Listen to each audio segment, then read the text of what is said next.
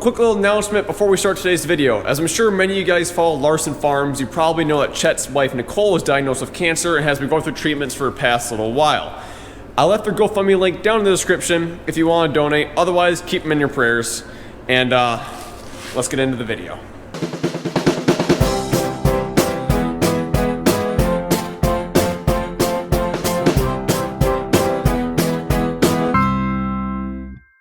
Well, good morning and welcome to 6th Gen Farmer. Now on the channel, I haven't had much farming stuff in a while. Well, I tried to have some farming stuff the other day. We dug into main for our 270D LC excavator, but this is how that turned out. Or trying to figure out if we're on grade or not. And yeah, so we're here early this morning. It's like 8 o'clock and it's not very bright for 8 o'clock.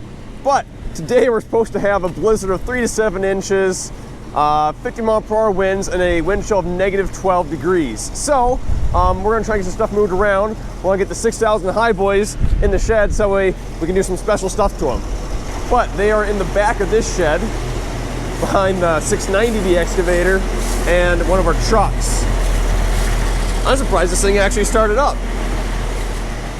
Right there and right there. Yeah, so this truck is absolutely dead. And in order to move this high boy, which is what I want to work on, I need to move this high boy, and I can't move this high boy until this truck moves. So, yeah. Gosh darn it, a bird got in here. Well, since semis take so long to start off the dead battery, even though we have a battery charger on it, it'll probably be a good hour before it starts. We're gonna change oil in the Batco, because frankly, this has been used a lot in the past couple months and has not had an oil change in a little bit. It's running wild, radar detected. Where are the creepers? Found it.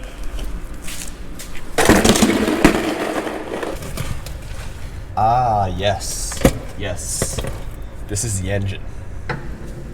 I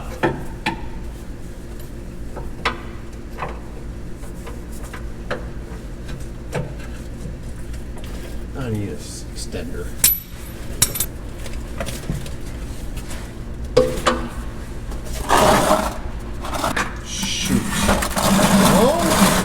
Oh, look at that.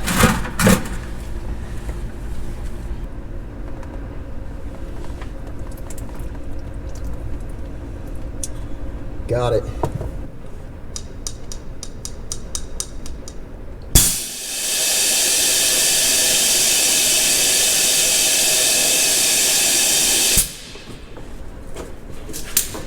That scared the crap out of me. Okay, move that inner seal up. Well, the book said this thing takes about 13 liters or about 3.5 gallons. So we have our handy dandy little dial here. So when I start pumping oil, it'll tell me exactly how many gallons I put in. What? You're gonna ice skate home. I'm gonna ice skate home? Is bad? It's glare ice. Is it? Well. Like glare ice. Huh.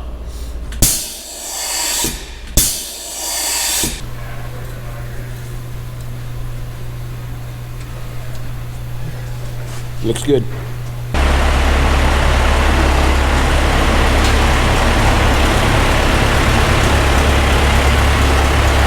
For those of you who have been a follower of the channel for a while, you know what this is. But for those of you who are new, this is our John Deere 6000 High Boy. We actually have 2 of these, and we use them to spray fungicide on our tall corn. And I was very surprised because the video that I made of this past summer, people either absolutely love these things or they absolutely hated them. There's comments like, oh, that's the coolest thing ever. I love, it's awesome. And there were comments that were like, John Deere's biggest mistake. And these things are awesome, guys. John Deere made no mistakes making this. They sold a ton of these. They were around for a long time, and they are absolutely indestructible. Now, that's not to say that we didn't have a fair amount of troubles. In fact, we probably had about everything that could possibly go wrong if these things go wrong this past summer. Let's see, how did it all start out? So we blew a tire on my brother's, and then these have a little hitch right here, so you can pull them behind a semi-truck or a pickup or something.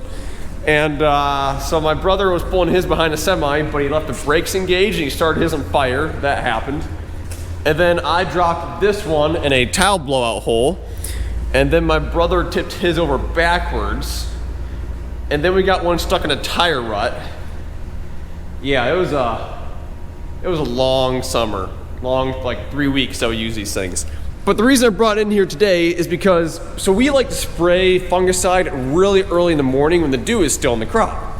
And we'd like to start earlier when it's a little dark yet, but we can't because the lights in this thing, all 4 of them, 2 in front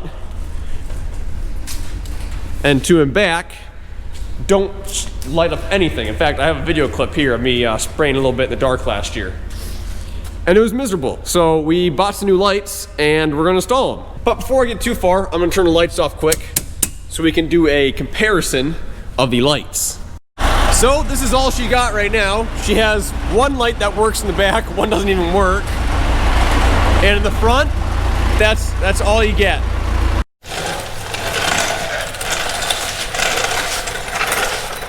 This floor isn't as clean as one at home. It's hard for me to scoot across it. All right, let's open this up, see what we got. All right, so these are all LED replacements for the 4 that are already on the sprayer. So basically how it works is these actually go in the housings that already exist. So we just take the old light out, you put this one in the same housing, and all of a sudden you have LEDs. And then we got 2 more add-on lights, which actually look, I mean, that's like the look that the sprayer has.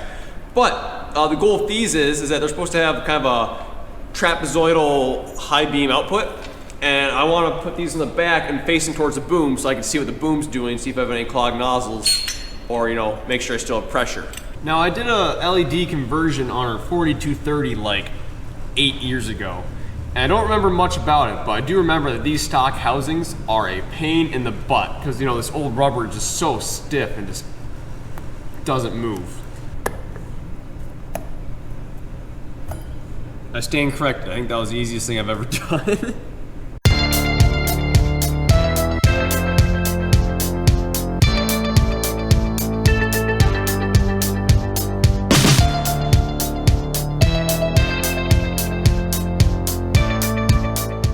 You see the difference? I sure do. The new LED is so much brighter you can't even see the pattern of the old one on the wall. I can't wait till I get them both on.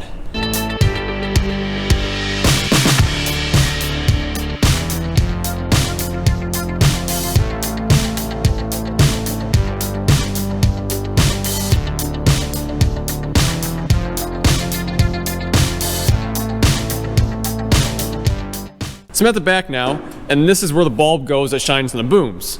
And I have the new one in the housing. However, this housing is so corroded. You can see the ground in there is absolutely corroded. This piece is absolutely corroded. I couldn't even get the screw out. It's so rusted in there. So rather than reusing this old wiring, which could fail at any moment, what I think I'm gonna do is, because these lights are supposed to be waterproof, I'm just gonna drill a hole through the bottom and run the wires through there so that way I don't have to buy new housing. And then I'll just ground, one of these is a ground wire, I'll ground it right to this bolt right here. And then I'll just extend this wire and put it up to the bottom. Now I know what you guys are gonna say. Carson, don't drill a hole in the bottom, then it's not gonna be waterproof. Well, I mean, if you look at all the rust on the inside already, I'd say condensation got its way in there. So for the fact that this light is waterproof, I think this will not cause any issues and will be easy and cheap.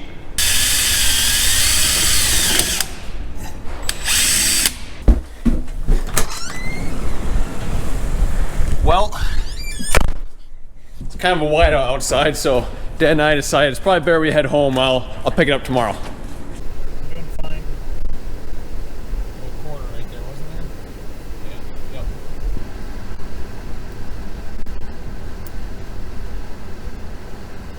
Well, I'm back. It's the next day. It's actually Christmas Eve. But I'm kind of glad that I had to go home early because I didn't have the right connectors to make this electrical connection the way I wanted it. So luckily I had them at home. So I actually have some heat shrink wrap stuff so I can make some waterproof connections. I couldn't figure out why it was so cold in here. Finally I figured out someone turned the breaker off to the heater, so I got them running now. But the 6000 has 21st century lights. The 2 in the front, obviously, which I did yesterday and I showed you.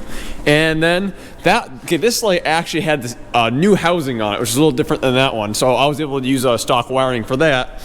And then this one, which I had to kind of, do some redneck wiring, which I'm sure you guys are going to be frustrated with, but it works. So now what we have to do is we have 2 of these added lights. Now, I was planning on putting them back here and facing towards the boom, but I think that these will do a good enough job with that. So the plan is, and my dad's gonna come help me here in a little bit, is we're gonna try and actually put these on the top of the cab, kind of facing at an angle this way, so that way I can see side to side and not only front to back. One thing I'd also like to do, and I don't have a light to do it at the moment, but I would like to somehow fix a light either on the tow hitch here, or this is actually, the fuel tank's up here. This is just plastic, because you can see all the way through up here. Maybe somehow mount a light to this facing on the ground, so that way in tall corn I can see if I'm gonna, you know, fall in a hole.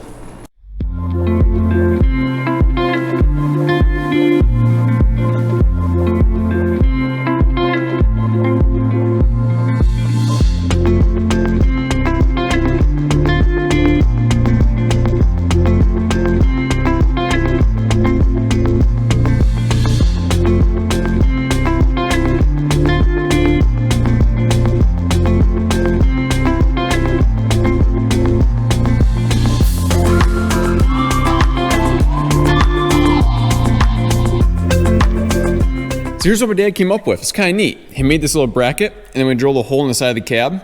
So now I can adjust these lights up and down and left and right. And originally I was just going to steal the wiring right off this light right here and go straight up. You know, I wouldn't have looked the best, but it would have worked. But my dad kind of talked me out of it. He said, you know, not only will it be flopping around out here, but it just won't look very good. So what I did instead is I went inside and I spliced the wires inside, and I stole the high beam. So that way, because these lights right here are high beam and low beam, so these lights up here, the ones I just installed, will only turn on with high beam. Now, there's probably a couple of you wondering, Carson, you just connected 2 lights to 1 light's wiring. Yeah, I did, and in a normal situation, that'd be a big no-no. However, these new lights that we installed, these LEDs, take about 1/3 of the power that the stock lights did. So, I guess I'm not really afraid to put 2 lights on 1 light's wiring because, well, even though I have 2 lights on 1 light's wiring, which I just said for the 3rd time in a row, it's actually taking less power overall than 1 the stock lights did. Well, and there we have it. We have 4 lights, and it's pretty bright in the shop already, but you can see that is a lot more light shining than the original stock 70s, whatever bulbs they were. But anyways, yeah, so we should be able to be a lot more efficient for spraying this next year because we'll be able to start a couple hours earlier, even go in through the night a little bit, which would be really nice. So if you liked the video, hit the like button, get subscribed, and I'll see you in the next one.